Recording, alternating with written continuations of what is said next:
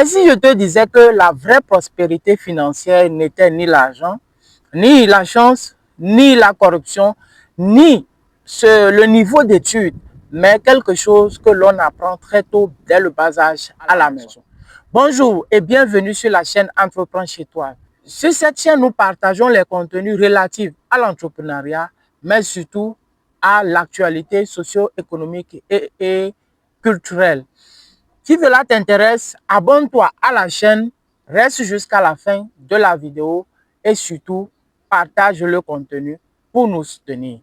Alors, si tu regardes cette vidéo aujourd'hui, c'est parce que tu veux comprendre comment certains groupes dans le monde arrivent à bâtir une stabilité économique et durable sur plusieurs générations.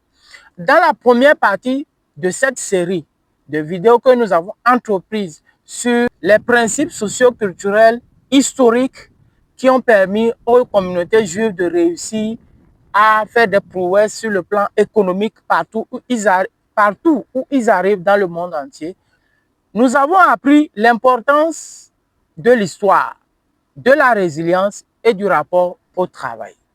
Aujourd'hui, dans ce deuxième épisode, nous allons rentrer même dans le cœur du sujet.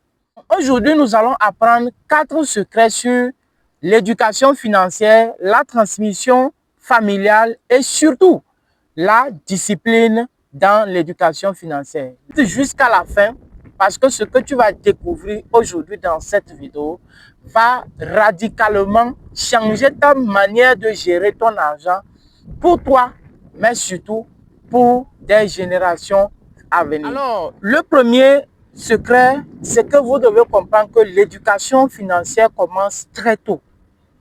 Ce n'est pas, quand on parle de l'éducation financière, il ne faut pas, puisque c'est lié à l'argent, c'est lié à l'économique, il ne faut pas penser qu'il y a un âge de maturité que l'on doit atteindre avant qu'on ne puisse, ou bien que l'enfant doit atteindre avant qu'on ne puisse commencer par parler éducation financière avec lui.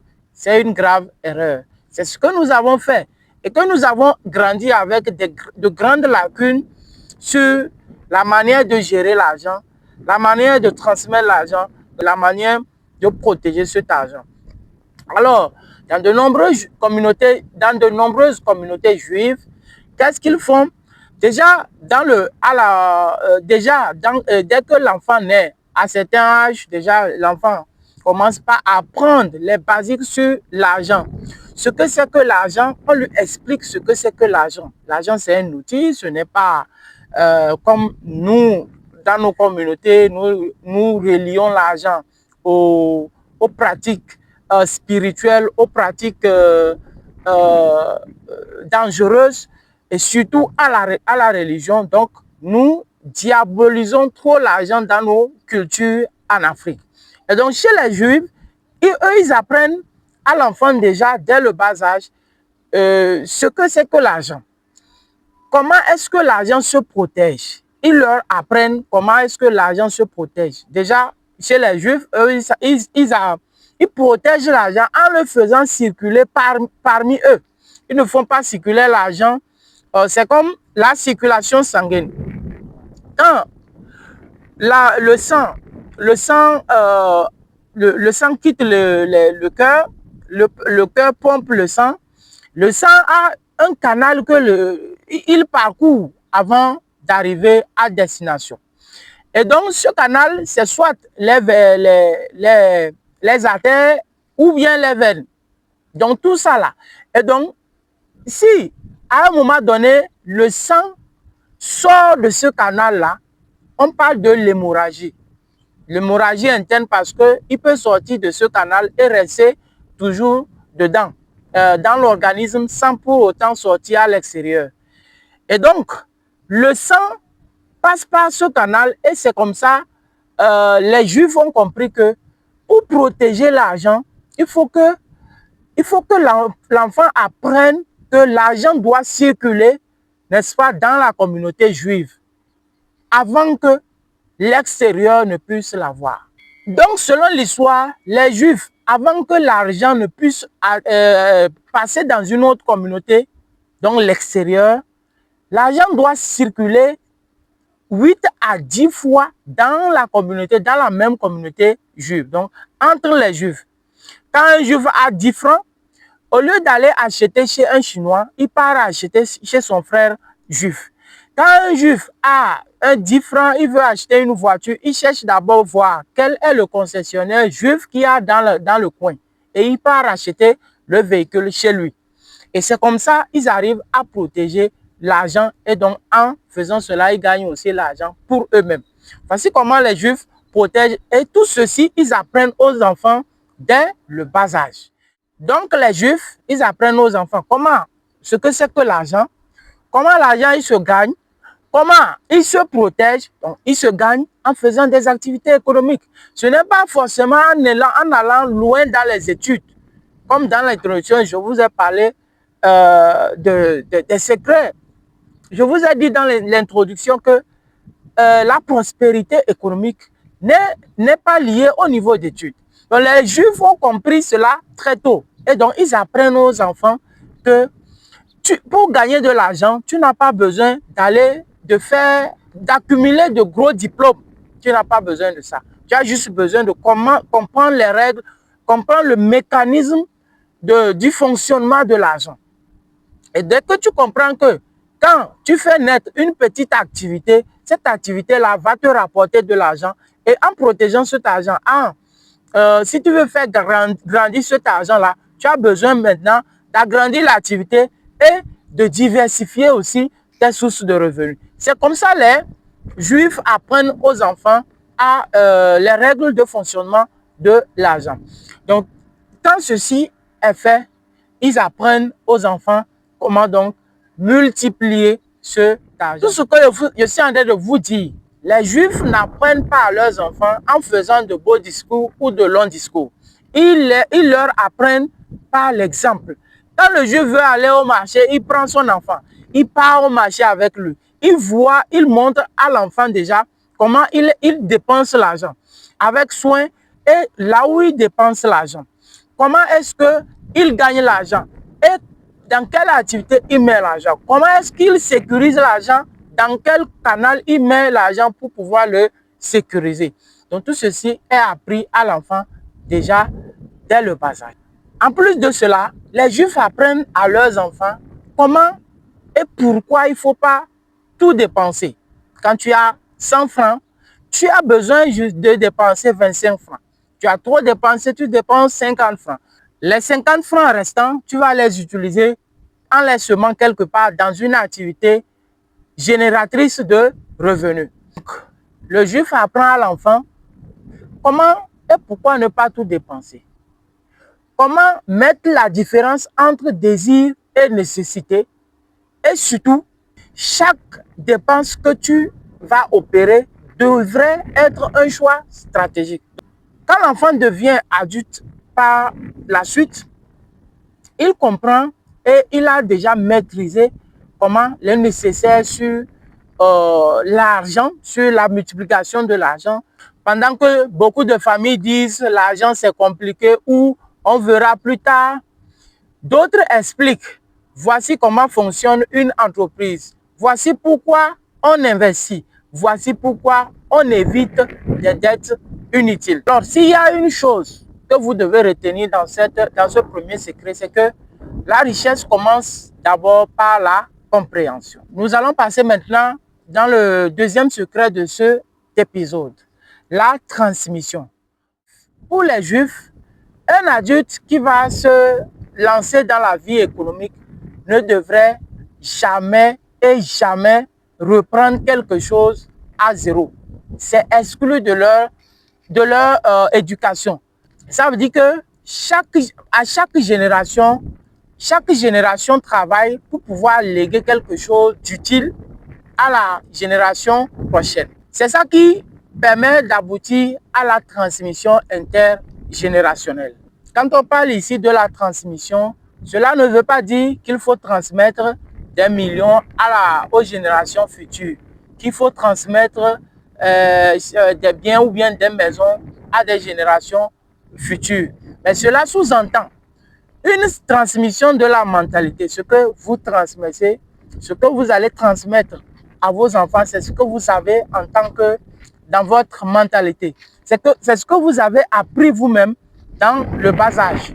Donc, quand vous avez appris quelque chose, vous avez retenu, vous avez appris à manipuler l'argent, vous avez appris à créer des entreprises. Toutes ces expériences, chez les anglophones, parlent d'expérience and skills. Donc, tout ce que vous avez appris comme compétences et expérience, vous devez le transmettre à vos enfants. En lui montrant le réseau sur lequel tu t'es bâti pour construire ou créer de la richesse à ton niveau. Donc, tes contacts, dès le bas âge, tu introduis l'enfant à tes contacts. Donc, tu lui mets dans le réseau. Une génération se prépare à transmettre à la prochaine ou à la future génération une activité, même modeste que l'activité soit. Au moins, la génération transmet, se prépare à transmettre cette activité-là à la génération d'après ou qui va suivre. Et c'est ça qui permet donc à la prochaine génération de rester on et surtout rester toujours dans le canal. N'oubliez pas, le sang circule toujours dans un canal bien précis. Et donc le sang circule, il part, il rejette les toxines, il revient, il se renouvelle et ainsi de suite. Et c'est comme ça les Juifs ont compris le fonctionnement de l'argent. Maintenant que nous avons vu le deuxième secret, nous allons passer au troisième secret de cet épisode. Donc nous allons passer au troisième secret de cet épisode qui est la discipline financière, et on va parler principalement de la richesse silencieuse. Beaucoup de personnes riches ne vivent pas dans l'excès. Elles évitent les dépenses pour impressionner, les dettes inutiles, les dettes surtout les dettes pour consommation, les dettes pour consommer. Elles évitent. Le troisième secret que nous allons apprendre de cet épisode, c'est ce que toi-même tu peux appliquer. Il faut comprendre, la bonne nouvelle pour toi, c'est que tu peux commencer aujourd'hui à gérer ton revenu par toi-même. Même si c'est un petit revenu comme une goutte d'eau, commence par bien le gérer. Commence par ne pas tout dépenser de ce revenu-là. Il faut aussi parler d'argent intelligemment avec ta famille, tes enfants, tes frères, tes voisins. Il faut commencer par parler intelligemment de l'argent et n'aie pas peur, n'aie pas honte de parler argent avec tes enfants. Il faut aussi que tu commences par transmettre ce que tu apprends. Même si tu apprends petit, comment tu as appris à gérer de l'argent, tu apprends à tes enfants à gérer de l'argent parce que tu leur donnes de l'argent. Quand tu leur donnes de l'argent, il faut leur apprendre comment gérer cet argent. Ne pas tout dépenser, apprendre, réserver quelque chose pour apprendre aussi à lancer une activité, surtout commerciale, pour apprendre mieux à gérer l'argent.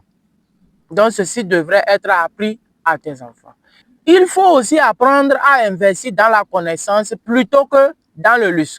Donc, c'est très important que tu utilises une partie de ton revenu pour acheter de la connaissance. Ce que tu ne connais pas, ce n'est pas tout qui est disponible gratuitement, comme ce contenu que je suis en train de partager avec vous sur YouTube.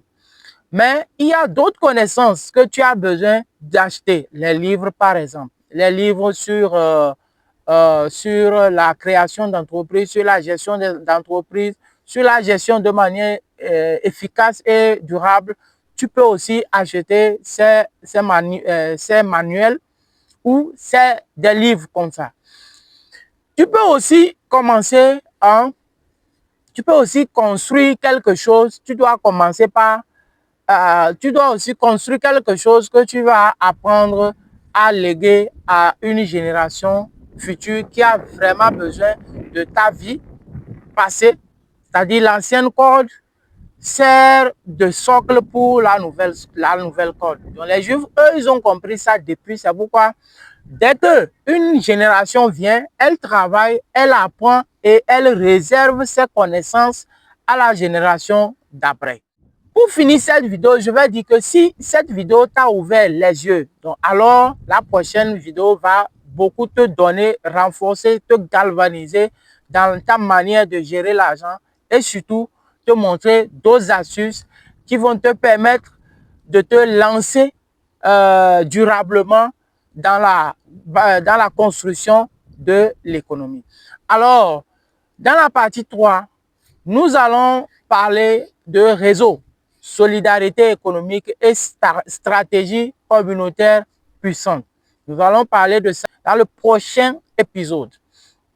Des méthodes que beaucoup ignorent, mais que les entrepreneurs intelligents utilisent déjà.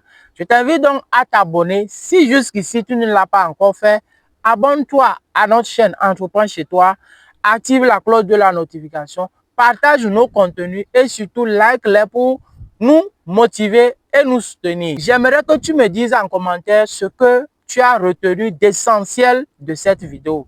Mets-le en commentaire et je serai ravi de te lire dans les commentaires. Alors, à très prochainement pour le prochain épisode. Ciao, ciao.